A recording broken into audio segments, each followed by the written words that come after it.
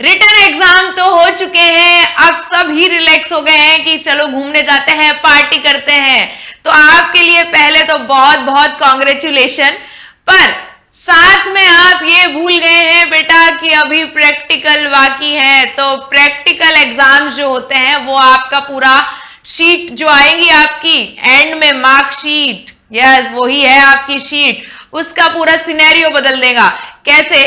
क्योंकि जो आपके अभी मार्क्स गेन है ना, वो अच्छे से आपके प्रैक्टिकल के जो मार्क्स हैं वो ही करवाएंगे।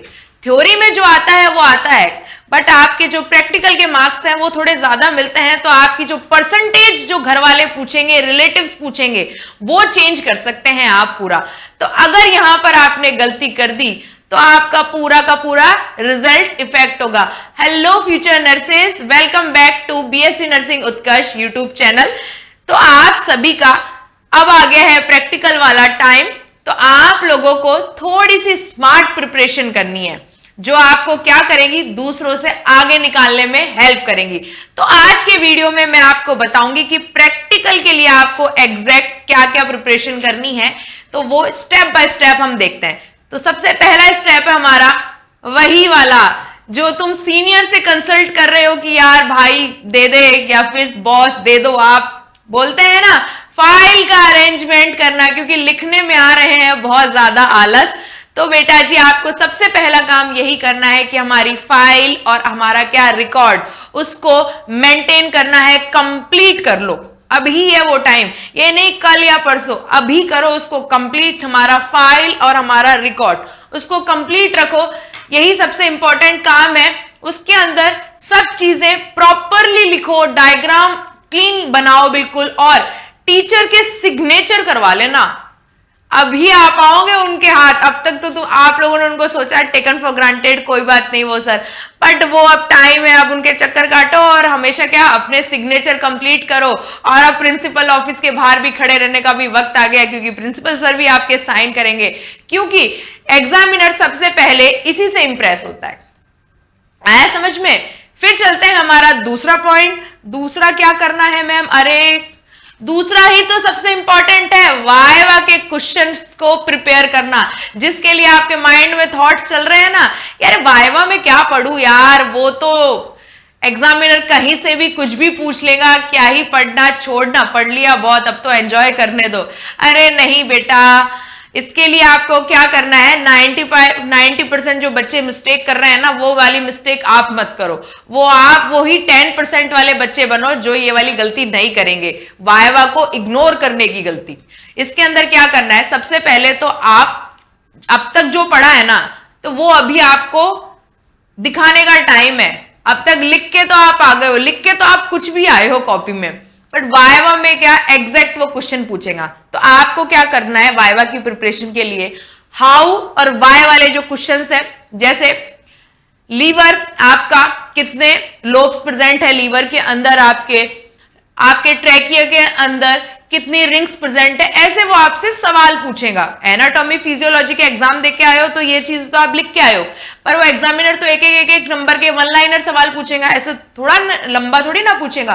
तो आपको वन लाइनर की तैयारी करनी है ऐसे ही। तो आपके हाउ और वाई वाले जो सवाल है उनको आपको अच्छे से पढ़ना है। आया समझ में? अब अपने दोस्तों के साथ में ना मॉक टेस्ट की प्रैक्टिस करो, ताकि आपका कॉन्फिडेंस अप हो और आप वाइवा अच्छे से निकाल सके। उसके बाद में आता है हमारा नया वाला टॉपिक, जिसपे हम बिल्कुल ही ध्यान नहीं देते हैं। कौन सा वाला? एक्सपेरिमेंट को प्रैक्टिकली समझो, क्योंकि तुम लोग कभी लैब में तो गए नहीं होंगे अभी तक। जब भी लैब का टाइम आता है हम छुट्टी मार लेते हैं, कौन ही वहां पे खड़ा रहेगा, कौन करेगा, छोड़ो ना। अरे अब पता चल जाएगा तुमको लैब में जाते ही, कि एग्जामिनर समझ जाएगा कि तुमने लैब का काम किया है या नहीं किया। तो कौन सा स्टेप क्यों हो रहा है, कैसे हो रहा है, ये क्लियर होना चाहिए। अभी तक तो तुम लोग नहीं गए हो, अब चले जाओ, अब वहां पे जाके देख लो क्या क्या आपके वहां पे लैब में ऑर्गन्स प्रेजेंट हैं, कौन कौन से प्रोसीजर्स वहां पे हो रहे हैं। जैसे बेड है अगर आपके लैब में, तो वो बेड मेकिंग करवा लेगा।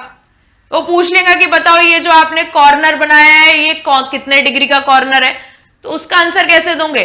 उसका आंसर आपको ऐसे ही देना पड़ेगा कि ये इतने डिग्री का कॉर्नर है। आया समझ में? तो 90 डिग्री का होता है, उस कॉर्नर को माइटा कॉर्नर बोलते हैं। चल रहा था ना, याद नहीं आ रहा था, चलो मैंने ही बता दिया, इतना मत सोचो।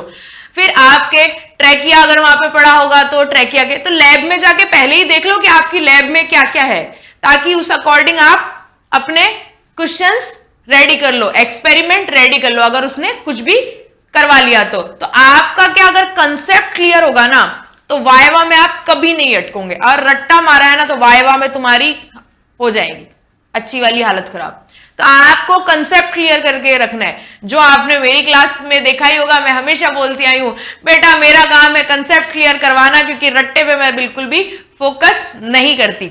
अब चलते हैं आगे की तरफ। 4th number, presentation.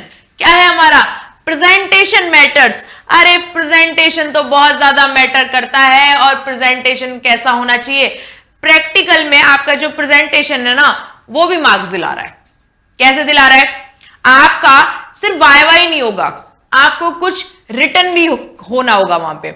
जैसे आपको कॉपी दे दी जाएगी कि अभी एग्जामिनर आ रहा है, जब तक तुम ये कंप्लीट करो, तो आपको एक टॉपिक मिल जाएगा। जैसे एनाटॉमी फिजियोलॉजी वाले हैं तो उनके लिए एक मिल जाएगा, ऐसे फंडामेंटल है, फंडामेंटल का प्रैक्टिकल होता है तो उनके लिए मिल जाता है, एमएसएन का प्रैक्टिकल होता है, ये चीज मिल जाती है वहां पे। एनाटॉमी फिजियोलॉजी का नहीं होता बेटा प्रैक्टिकल, ठीक है। तो आपको क्या है, ये लैब में ये सब चीजें मिल जाती है, तो उसको आपको रिटन फॉर्म में भी लिखना है। जैसे फंडामेंटल का आज आपका प्रैक्टिकल है, अडल्ट हेल्थ नर्सिंग का प्रैक्टिकल है, पीडियाट्रिक का है आपका, ऑब्स्टेट्रिक का है, तो आपको इसके रिलेटेड एक टॉपिक मिल जाता है कि आप उस पर लिख के लाते हो। तो वो बिल्कुल नीट एंड क्लीन लिखो, प्रॉपर हेडिंग लिखो, और अगर आपने डायग्राम बनाया है ना तो बिल्कुल लेबल के साथ बनाना, नाम लिख के आना। ये छोटी छोटी चीजें ही हैं जो आपको एक्स्ट्रा मार्क्स ला देती है। आया समझ में? चलते हैं अगले टॉपिक पे, कॉन्फिडेंस एंड बिहेवियर। अरे यहीं पे तो मात खा जाते हैं बच्चे। बच्चों का क्या होता है, बच्चों का क्या, मेरा साथ भी होता था पहले, तो बहुत ज्यादा होता था कि मेरे को आता सब कुछ था, पर जब भी मेरे से एग्जामिनर पूछता था ना मेरी बत्ती गुल हो जाती थी। पता नहीं वो इतनी ज्यादा एंजाइटी रहती है, इतनी ज्यादा पैनिक रहती है। तो आपको अपना कॉन्फिडेंस बरकरार रखना है, वहां पे फैलना नहीं है। तो आपका कॉन्फिडेंस कैसे बरकरार रहेगा? पहली बात, पैनिक नहीं होना। दूसरी बात, कॉन्फिडेंस पता है कैसे दिखता है? कॉन्फिडेंस अगर किसी को दिखाना है तो सबसे ज्यादा एक ट्रिक बता देती हूँ, आई कांटेक्ट रखो उससे। अगर आपका आई कांटेक्ट प्रॉपरली हो रहा है ना तो समझ जाना कि भाई इसका कॉन्फिडेंस प्रॉपर है, क्योंकि एग्जामिनर ना ऐसे ही पता लगा लेता है। आया समझ में? अब आंसर को क्लियरली बोलना, ऐसे नहीं कि तुम बोल रहे हो बीच में लड़खड़ा रहे हो, नहीं। हिंदी आती है तो हिंदी में बोल दो, इंग्लिश आती है तो इंग्लिश बोल दो। ऐसा नहीं है कि एग्जामिनर को आपको इंग्लिश में ही बोलना है, आपको जो आता है आप सूटेबिलिटी के अकॉर्डिंग आप बोल दो। आया समझ में? तो सिंपल सा एटीट्यूड रखना है आपको, काम रहना है, शांत रहना है और कॉन्फिडेंट रहना है, जिससे आपको क्या मिल जाएंगे? अच्छे वाले नंबर। अब एक और चीज जिस पे बच्चे बिल्कुल ध्यान नहीं देते हैं, तुम्हारा जो आईडी कार्ड इधर उधर पड़ा हुआ है ना उसको ढूंढ लो, वो लगा के जाना है। और जो शूज अब तक तुम साल भर में कभी नहीं पहन के गए ना कॉलेज में, वो अब पहन के जाने पड़ेंगे, और साफ होने चाहिए वो भी शूज, ऐसे नहीं कि गंदे ही पहन के चले गए। और अपनी ड्रेस पूरी क्लीन अच्छे से धो लो, उसको अभी रेडी करके रख दो, और आयरन भी करवा लेना।